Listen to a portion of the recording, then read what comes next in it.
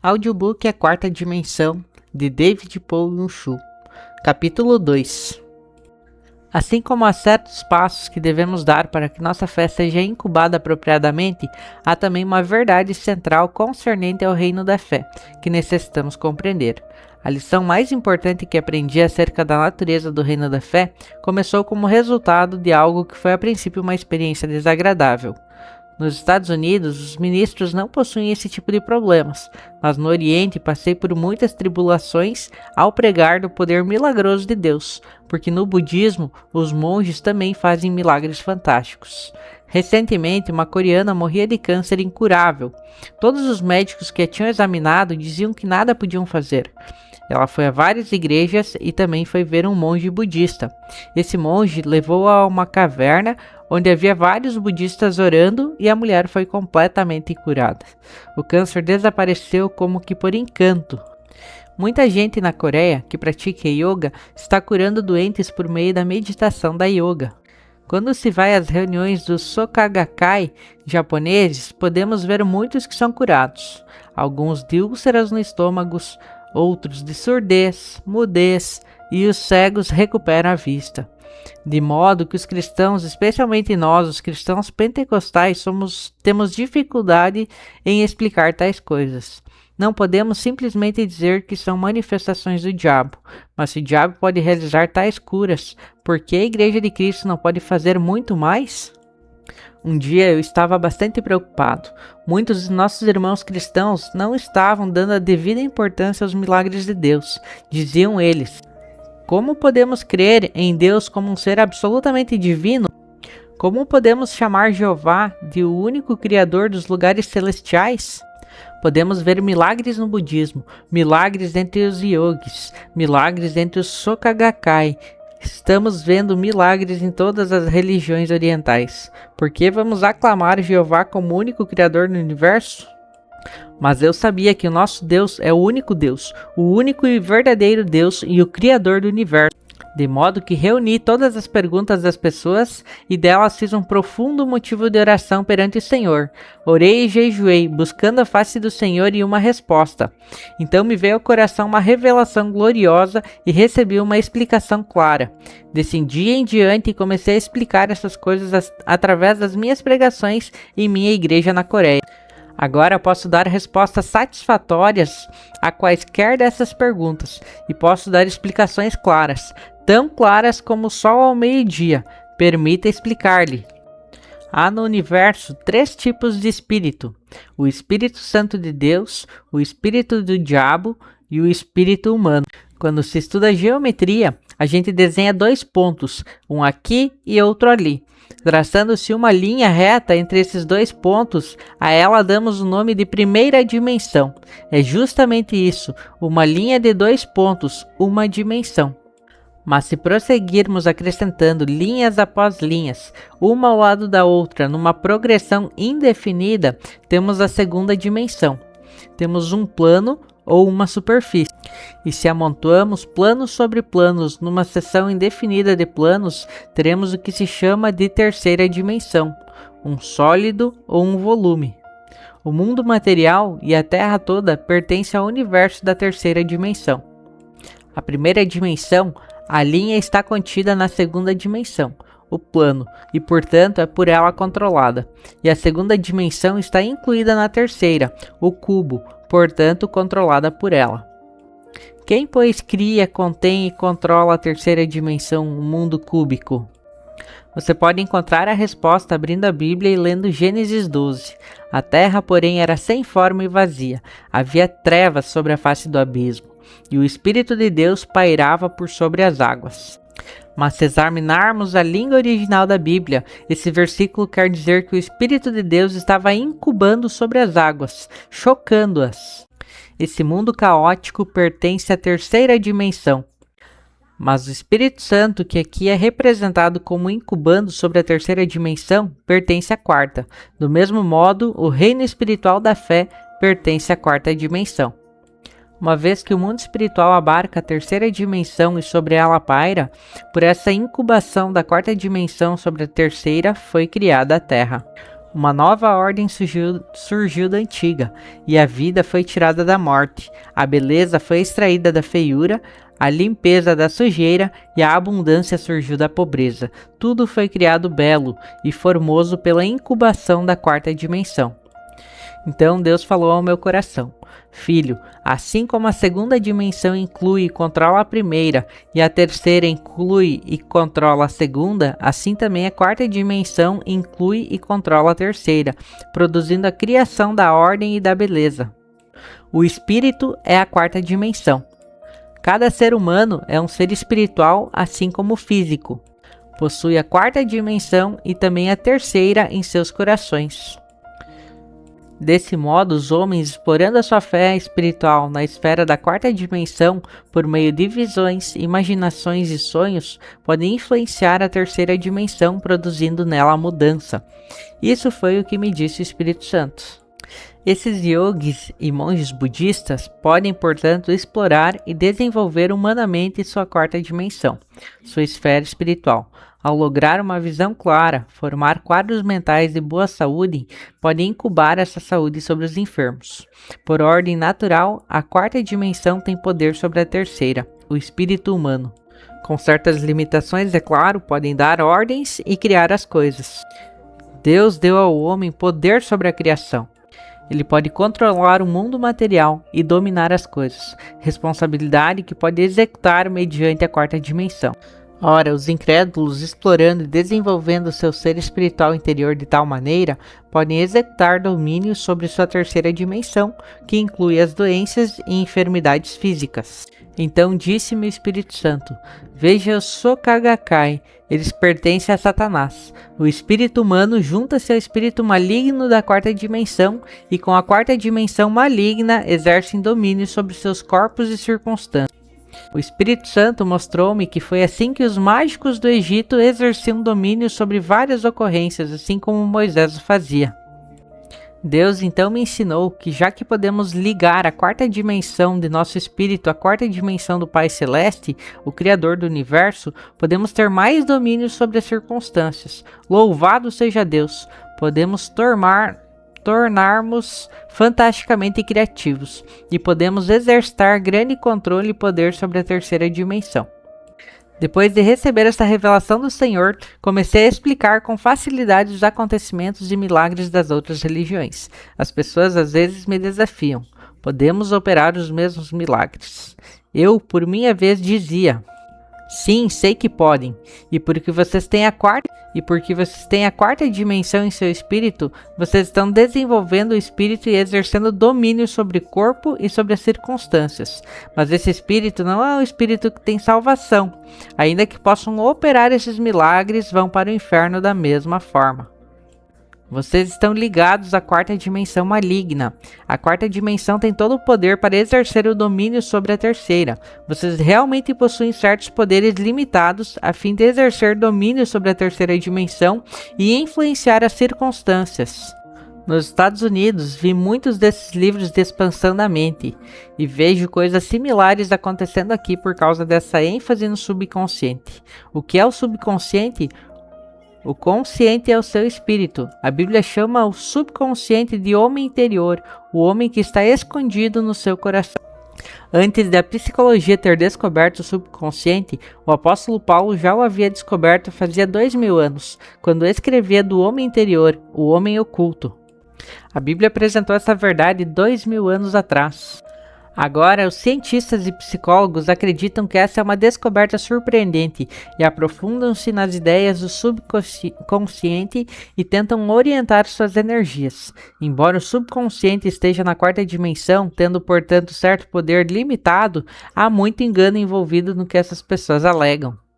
Fiquei espantado quando cheguei aos Estados Unidos e li os livros que alguns ministros norte-americanos me deram.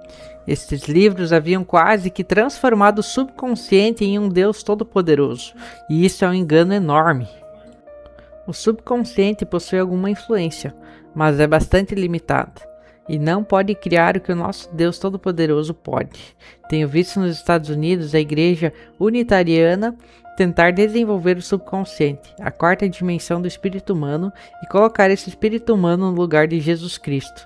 Isto é, deveras grande engano e enorme perigo. Embora reconheçamos certas realidades e verdades nesses ensinamentos, é também importante perceber que o diabo ocupa uma quarta dimensão maligna. Nosso Deus, entretanto, é santo, único e todo-poderoso. A quarta dimensão está sempre criando e dando ordem e executando domínio sobre a terceira dimensão por meio da incubação. Em Gênesis encontramos o Espírito do Senhor incubando, pairando sobre as águas. Era como uma galinha que choca seus ovos que produzem pintinhos. De maneira muito parecida, o Espírito Santo incuba a terceira dimensão, mas também o faz o espírito maligno. Estava vendo notícias pela televisão. Um homem havia sido assassinado e levantava-se uma grande controvérsia sobre o crime.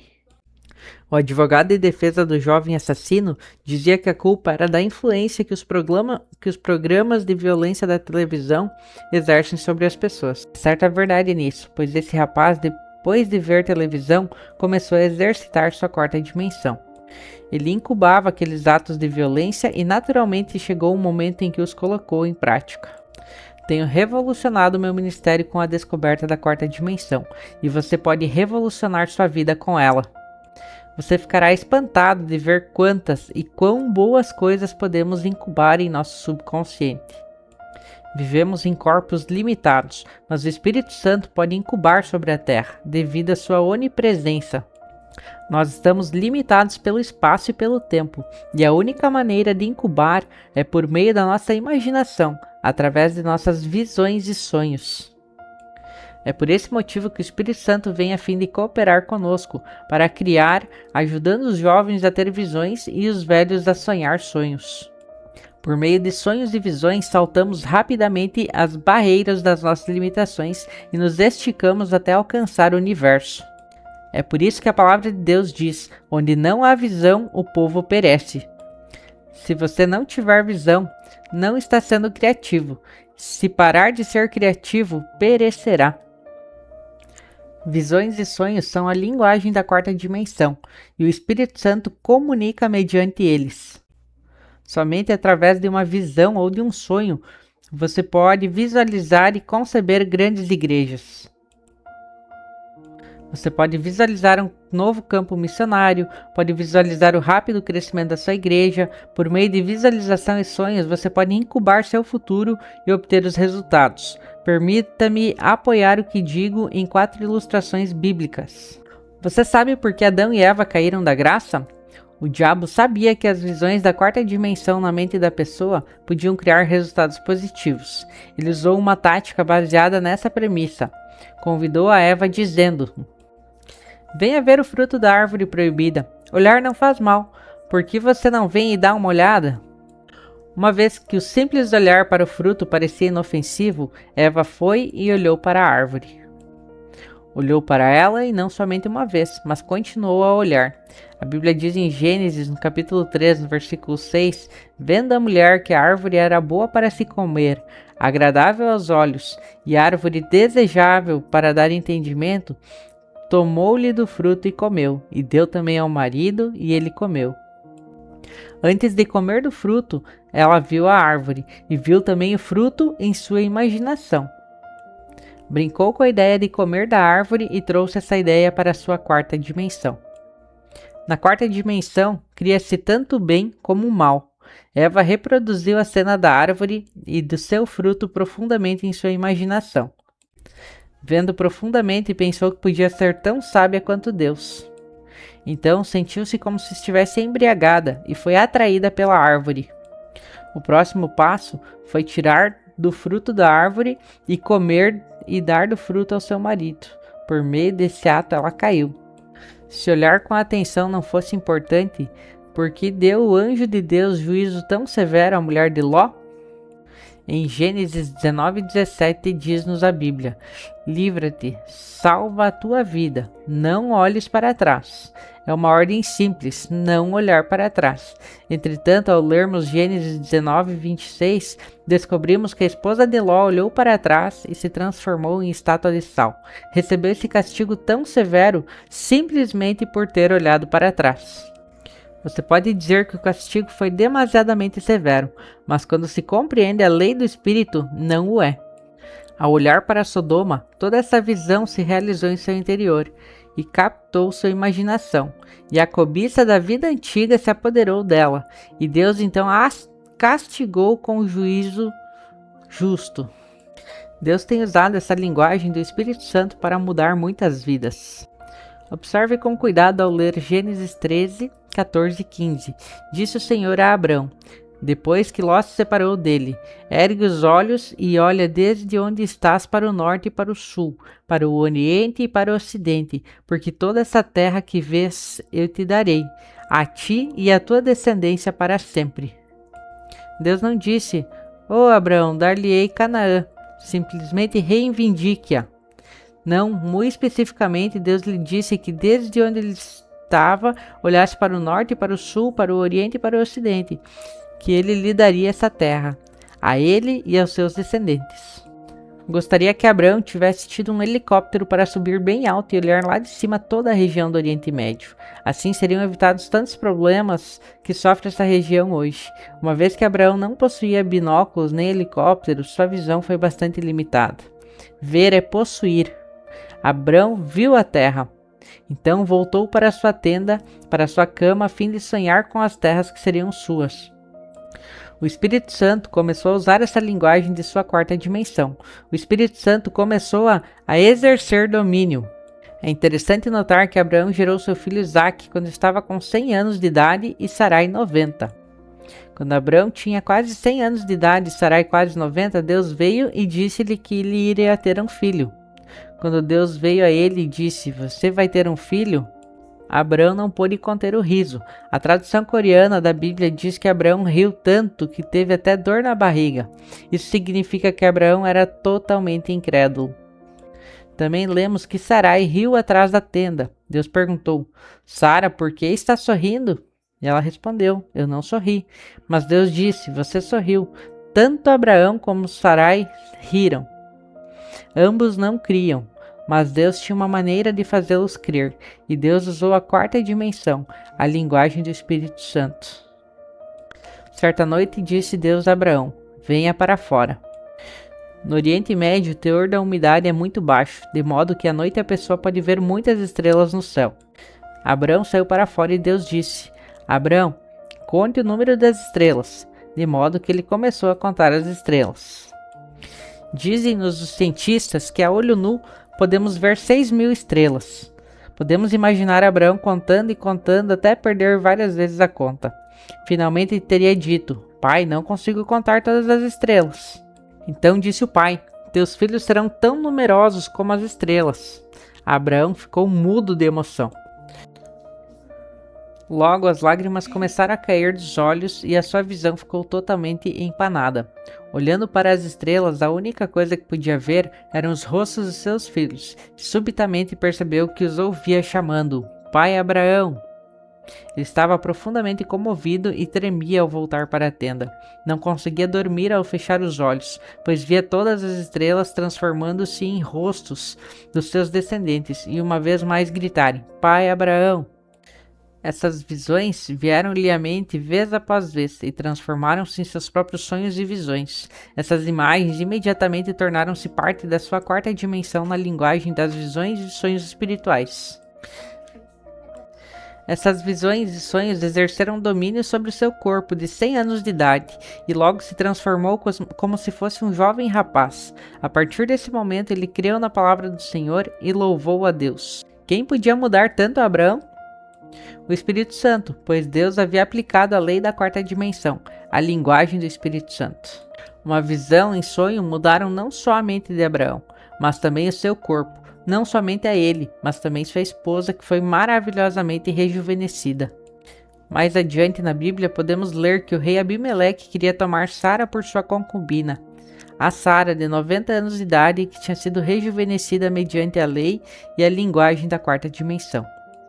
Não somos animais comuns. Ao criar-nos, Deus o fez na quarta dimensão, no mundo espiritual. Então disse Deus: exerça um domínio sobre a terceira dimensão.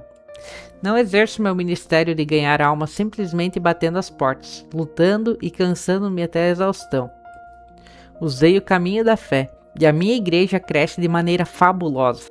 Embora a minha igreja tenha mais de 50 mil membros arrolados, não tenho muito o que fazer no escritório, pois sigo o caminho da fé, e não estou constantemente lutando na carne a fim de realizar as coisas que o Espírito Santo pode facilmente fazer. Aprendi que mesmo ministrando em países estrangeiros, posso entrar na quarta dimensão do Espírito Santo e dizer-lhe a necessidade da minha igreja na Coreia, e ele executa essa obra. Telefono a minha esposa a cada 2 dias, e às vezes ela golpeia meu ego com as informações que me dá. Pensava que os membros da minha igreja estariam ansiosos para que eu voltasse do exterior e que estavam todos esperando por mim, e tinha certeza de que a assistência ao culto de domingo de manhã cairia. Mas minha esposa dizia: não se gabe disso, a igreja está indo muito melhor, mesmo sem você. Se Deus pôde usar Abraão a fim de possuir a terra através da quarta dimensão miraculosa, e se Deus pôde rejuvenescer Abraão e Sara mediante a linguagem, sonhos e visões do Espírito Santo, então você também pode operar na quarta dimensão. A Bíblia em Gênesis 30, 31 ao 43 registra uma linda história a respeito de Jacó. Nunca tinha gostado da porção da escritura que se encontra nos versículos 37 e 39, onde Jacó arrumou as coisas de tal maneira que as ovelhas de uma só cor pariram cordeiros de pele salpicada e malhada. Perguntava: Senhor, por que permites essa superstição na Bíblia? E por que os modernistas estão criticando a Bíblia e chamando-a de contos de fadas? De modo que quando chegava a essa parte da escritura, eu saltava, temendo e preocupado de que houvesse uma parte da escritura na qual não podia confiar. Certo dia, quando li a Bíblia sob a unção do Espírito Santo, de novo cheguei a esses versículos e disse: vou saltar essa parte. E isso não passa de superstição. Mas o Espírito Santo disse: espere um instante. Nada da verdade bíblica é superstição. O caso é que você não compreende, você está cego, mas eu estou aplicando aqui a lei especial da criação. Olhe! Então veio-me uma tremenda revelação da verdade e isso acrescentou uma nova dimensão ao meu ministério. Se a pessoa não usar as mesmas leis milagrosas da fé, é inútil esperar ver 1000 membros novos na igreja todos os meses. Seus esforços pessoais, a parte da obra da quarta dimensão, não podem jamais produzir esses resultados. Nessa época da sua vida, Jacó, o usurpador, tinha ido para a casa do seu tio Labão. Mas seu tio mudava seu salário tantas vezes que ele estava sendo passado para trás. Jacó, por sua vez, também enganava o tio. Enganavam-se mutuamente, e quando Jacó completou 40 anos de idade, nada tinha de posses materiais, a não ser um punhado de esposas e filhos, e o desejo de construir um lar. Deus teve compaixão de Jacó, e mostrou-lhe uma parte do segredo da quarta dimensão. Depois de receber essa revelação do Senhor, Jacó achegou-se ao seu tio, dizendo: Tio, trabalharei para o Senhor com essa condição. O Senhor pode tirar do rebanho todos os animais salpicados e malhados, e cuidarei somente dos animais de uma só cor. E se de alguma forma esses animais parirem filhotes salpicados e malhados, então esses serão o meu salário. O tio de Jacó quase deu um pulo, pensou consigo mesmo: oh, agora esse camarada está enganando a si mesmo. Esses animais de uma só cor têm pequeníssima chance de parir filhotes salpicados e malhados. Agora eu posso ter seu serviço sem pagar-lhe salário. De modo que o tio de Jacó lhe disse: sim, isso é maravilhoso, farei esse contrato com você. Tirou, pois, Labão todos os animais salpicados e malhados, e levou-os a uma grande distância, deixando Jacó somente com os animais de cores firmes. Jacó foi às colinas, cortou várias varas de álamo, de avaleira e de plátano, e lhes removeu a casca em riscas abertas. Então fez ele uma cerca dessas varas salpicadas e malhadas, e as colocou em frente do rebanho, nos canais de água e nos bebedouros, onde os rebanhos vinham para dessedentar-se e conceberam quando vinham a beber. Então fez ele uma cerca dessas varas salpicadas e malhadas, e as colocou em frente do rebanho, nos canais de água e nos bebedouros, onde os rebanhos vinham para dessedentar-se e conceberam quando vinham a beber. Ali ficava Jacó dia após dia observando os animais em frente daquelas varas salpicadas e malhadas. A Bíblia diz que logo depois aqueles animais davam crias listradas, salpicadas e malhadas. Deus criou uma visão e um sonho na mente de Jacó. Antes, seu subconsciente havia estado cheio de pobreza, fracasso e trapaças, de modo que sua luta foi difícil e suas recompensas poucas. Mas Deus mudou a imaginação de Jacó, seu subconsciente, usando sua parede de varas malhadas e salpicadas como material a fim de ajudá-lo a visualizar e sonhar. Jacó olhou tanto para aquela parede que sua mente se encheu de visão. Dormia e sonhava com as ovelhas dando crias malhadas e salpicadas. No capítulo seguinte, lemos que as ovelhas deram crias malhadas e salpicadas. A imaginação do homem tem um grande papel na quarta dimensão. Os animais não podem ter imaginação no sentido em que a possuímos, porque a imaginação é a obra do espírito. Quando Jacó começou a aprender essa visão e sonho de ovelhas malhadas e salpicadas no coração e imaginação, começou ele a aprender a linguagem do Espírito Santo. Só podemos conversar com outra pessoa mediante uma língua conhecida. Jamais podemos conversar numa língua desconhecida.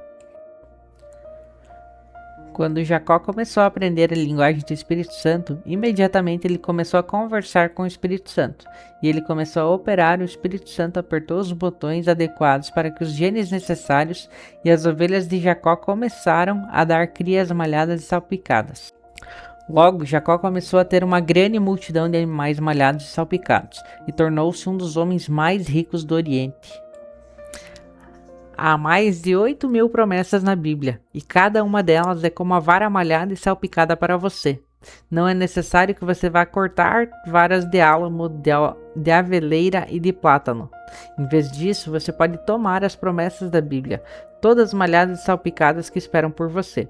Essas promessas, contudo, são pouco diferentes, pois são todas malhadas e salpicadas pelo sangue de Jesus Cristo.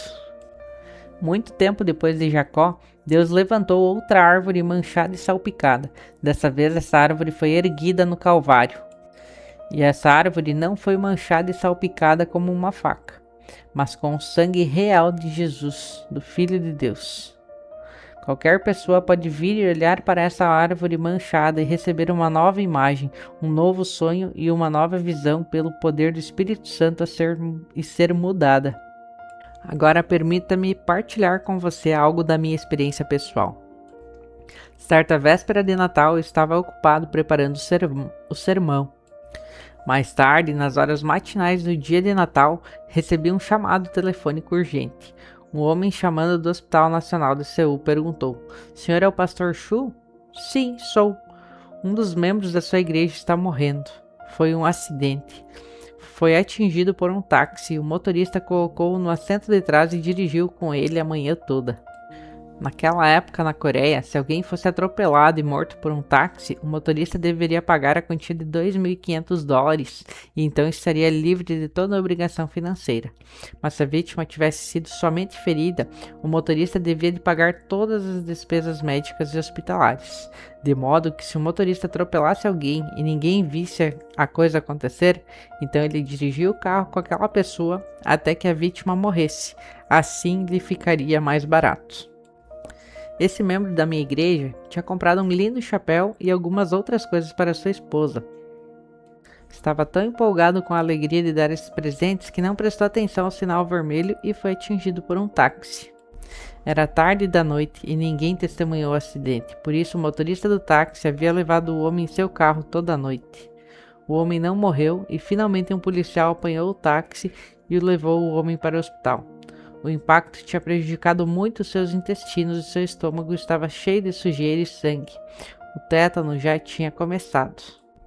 O médico me conhecia e telefonou-me dizendo: "Dr. Chu, devemos operá-lo?"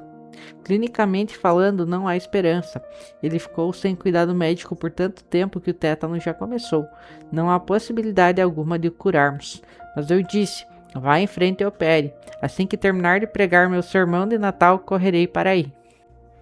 Depois do culto de Natal, corri para a sala do pronto-socorro do Hospital da Universidade Nacional de Seul e lá estava um membro da nossa igreja, totalmente inconsciente. O médico repetiu que não havia esperança. Reverendo, não espere nada, ele está morrendo. Nada podemos fazer. Quando abrimos seu estômago, vimos 3 lugares onde os intestinos foram completamente cortados. Nada podemos fazer. Quando abrimos seu estômago, vimos 3 lugares onde os intestinos foram completamente cortados, e essas áreas estavam cheias de excremento a sujeira. Não há esperança, respondi. Bem, tentarei o melhor que puder. Quando entrei na sala, ele estava em coma profundo. Ajoelhei-me ao pé da sua cama e disse: Senhor Deus, dá-me somente 5 minutos e então tentarei. Faze com que ele saia do estado de coma por 5 minutos e então tentarei. Ao orar, senti algo mover-se. Abri os olhos e o homem abriu os olhos. Oh, pastor, estão morrendo, clamou ele. Eu sabia então que tinha 5 minutos. Respondi. Você não pode dizer isso. Enquanto continuar a dizer isso, você morrerá, e assim não poderei ajudá-lo. Você deve mudar sua imaginação e pensamento. Mude sua visão e sonho, pois a única maneira de exercer domínio sobre esse corpo material que pertence à terceira dimensão é mediante a imaginação, visões e sonhos. Portanto, ouça-me. Chame à mente a imagem de um jovem. Ele diz até logo à sua esposa, está cheio de beleza e saúde, vai para o escritório e termina os negócios do dia com êxito. Todo mundo o respeita e admira. Chega à noite e ele compra lindos presentes para a esposa que a espera em casa para jantar. Quando ele chega, ela corre para o portão e dá-lhe as boas-vindas com um forte abraço e um beijo. Eles entram em casa, tomam uma deliciosa refeição juntos e gozam de uma noite tranquila. O homem de quem estou falando não é um estranho. Esse homem é você. Pense nesse homem. Coloque essa imagem em sua mente. Olhe para esse homem e diga no seu coração: esse homem sou eu.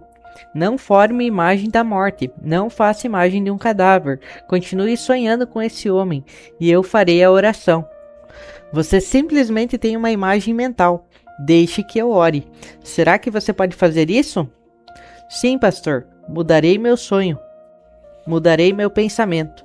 Direi que eu sou esse homem. Tentarei transformar esta visão e esse sonho em realidade. Eu o vejo, clamou ele. Enquanto conversávamos, o médico entrou com os enfermeiros. Começaram a rir de mim pensando que eu tinha perdido o juízo. Mas eu estava falando sério, pois conhecia a lei da 4ª dimensão do espírito, e esse homem tinha começado a falar a linguagem do Espírito Santo. Como um missionário em um campo estrangeiro que consegue um nível mais profundo de comunicação com o povo local, aprendendo a falar sua língua diretamente em vez de usar um intérprete, assim aquele homem moribundo havia aprendido a linguagem mais profunda do Espírito Santo. Ajoelhei-me e, segurando sua cama, orei.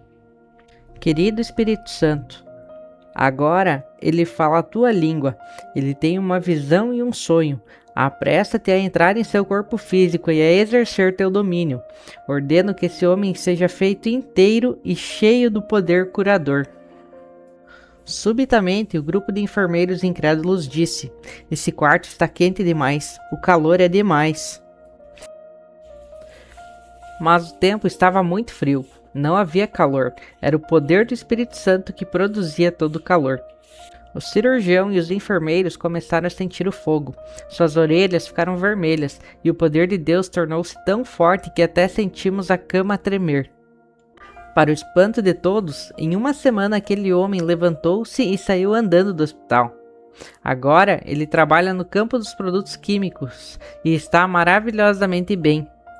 Sempre que o vejo na manhã de domingo sentado na galeria, digo a mim mesmo: louvado seja Deus, falamos a língua do Espírito Santo, criamos, aleluia! Permita-me contar-lhe outro incidente. Certo dia estava no meu escritório e uma senhora de cerca de 50 anos de idade entrou chorando. Pastor, meu lar está completamente destruído. Pare de chorar, respondi, e conte-me o que aconteceu. O Senhor sabe que possuímos vários filhos e somente uma filha, e ela se transformou em hippie, dorme com os amigos do meu marido e com outros amigos dos meus filhos, indo de um motel para outro, de uma boate para outra. Ela se tornou uma vergonha para nossa família, chorava ela. Meu marido não pode ir para o escritório. Meus filhos morrem de vergonha e agora todos vão sair de casa. Tentei tudo, até pedi que o Senhor a matasse. Oh, Pastor Shu, o que devo fazer? Pare de reclamar e chorar, disse-lhe eu. Agora posso ver claramente porque Deus não respondeu a sua oração. A senhora estava apresentando a ele o tipo errado de impressão mental. Em sua mente, a senhora estava sempre levando a ele a imagem de uma prostituta, não estava? Retorquiu ela. Sim, bem isso é o que ela é. Ela é uma prostituta. Se a senhora deseja vê-la mudada, então deve submeter outra impressão mental, disse-lhe. A senhora deve limpar a sua tela da sua imaginação e deve começar a projetar uma nova imagem. Ela rejeitou a ideia dizendo, não posso, ela é imunda, feia e desgraçada. Pare de falar isso, façamos uma nova imagem. Vamos trazer à mente outro tipo de árvore malhada e salpicada. A senhora ajoelhe-se aqui, e me ajoelhei em sua frente. Vamos ao pé do Calvário, levantemos as mãos, olhemos para Jesus morrendo na cruz, sangrando e alquebrado. Por que está ele dependurado ali? Por causa da sua filha. Coloquemos sua filha justamente atrás de Jesus Cristo. Vejamos sua filha através da cruz, molhada e salpicada dele. A senhora não pode ver sua filha perdoada, lavada, nascida de novo e cheia com o Espírito Santo completamente mudada? Pode fazer essa imagem mediante o sangue de Jesus Cristo? Oh, sim, pastor, respondeu a mãe. Agora vejo diferentemente. Através de Jesus, através da cruz, posso mudar a imagem que tenho da minha filha. Maravilhoso, maravilhoso, exclamei. Mantenha essa impressão clara, vívida e gráfica de sua filha em mente, dia após dia. Então o Espírito Santo poderá usá-la, pois a sua linguagem é levada através da visão e do sonho. Sabemos que estamos fazendo a imagem correta, pois estamos ao pé da cruz, de forma que nos ajoelhamos e oramos. Ó Senhor, agora tu vês essa imagem, querido Espírito Santo, flui para dentro dessa nova imagem, dessa nova visão, desse novo sonho. Transforma, realiza milagres. Então despedi essa mãe e quando ela saía era toda sorrisos. Já não chorava, pois a imagem que tinha da filha havia mudado. Certo domingo, alguns meses mais tarde, subitamente ela entrou em meu escritório, trazendo consigo uma linda jovem senhora. Quem é essa jovem senhora? Perguntei. Essa é minha filha, sorriu ela. Deus respondeu a sua oração? Oh, sim, respondeu, asseverou ela. Então ela me contou a história toda.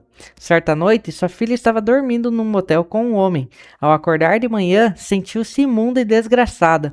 Sentiu uma grande infelicidade de alma e teve um desejo profundo de voltar para casa. Mas estava apavorada com a reação dos pais e dos irmãos. Não obstante, decidiu arriscar, dizendo a si mesma, tentarei uma vez mais, e se me chutarem, então será a minha última tentativa. De modo que ela foi à casa dos pais e tocou a campainha. Sua mãe foi atender, e quando viu a filha, sua feição se iluminaram como se o sol estivesse nascendo em seu rosto. Saudou a filha, bem-vinda minha filha, e correu para abraçá-la.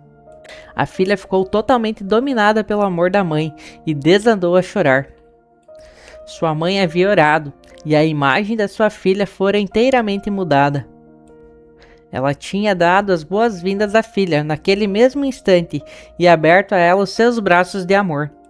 A mãe levou-a para a igreja durante 2 ou 3 meses. Ela ouviu os sermões, confessou todos os seus pecados, entregou o coração a Jesus Cristo e recebeu o batismo no Espírito Santo. Ela se tornou uma criatura absolutamente nova em Cristo e com o tempo encontrou um marido maravilhoso. Essa filha agora tem 3 filhos e é uma das líderes da unidade celular mais importante dos lares da minha igreja. É uma evangelista ardosa. Isso tudo aconteceu porque sua mãe mudou a visão e o sonho, aplicando a lei da 4ª dimensão. Por toda a escritura, Deus sempre fez uso dessa lei da 4ª dimensão. Veja José. Antes de ser vendido como escravo, Deus já havia imprimido em seu coração imagens da 4ª dimensão. Através de vários sonhos, Deus deu ao coração de José uma visão clara.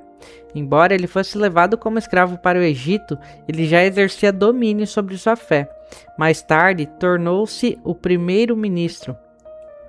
Olhe para Moisés. Antes de construir o tabernáculo, ele foi chamado ao Monte Sinai. Lá permaneceu por 40 dias e 40 noites, e foi-lhe dada uma imagem mental do tabernáculo. Exatamente como ele viu na visão e o sonho, ele o construiu. Deus deu visões a Isaías, Jeremias, Ezequiel e Daniel, todos eles importantes servos do Senhor. Deus os chamou à quarta dimensão e ensinou-lhes a linguagem do Espírito Santo. Então eles fizeram a oração da fé. Isso também foi verdade com referência ao apóstolo Pedro. Seu nome original era Simão, que significa cana. Quando Pedro veio trazido por André, Jesus olhou em seus olhos e sorriu. Sim, você é o Simão, você é uma cana. Sua personalidade é tão dobrável, tão mutável. Num momento você está com raiva, no outro você ri. Às vezes você se embriaga e outras vezes mostra quão inteligente pode ser. Você realmente é como uma cana, mas vou chamar-lhe rocha. Simão, uma cana, está morto para o mundo, e Pedro, a rocha, está vivo. Pedro era pescador e conhecia as qualidades fortes e estáveis de uma rocha. Em sua imaginação, imediatamente começou a ver a si mesmo como uma rocha. Ele observava as ondas levadas pelo vento do mar da Galileia baterem contra a rocha, englobando-a em espumas, e a rocha parecia ter sido vencida. Mas no instante seguinte, ele via toda a água quebrando contra a rocha, deslizando-se dela, e a rocha ainda permanecia. Pedro dizia vez após vez: "Sou eu como uma rocha? Sou. Sim, sou como uma rocha."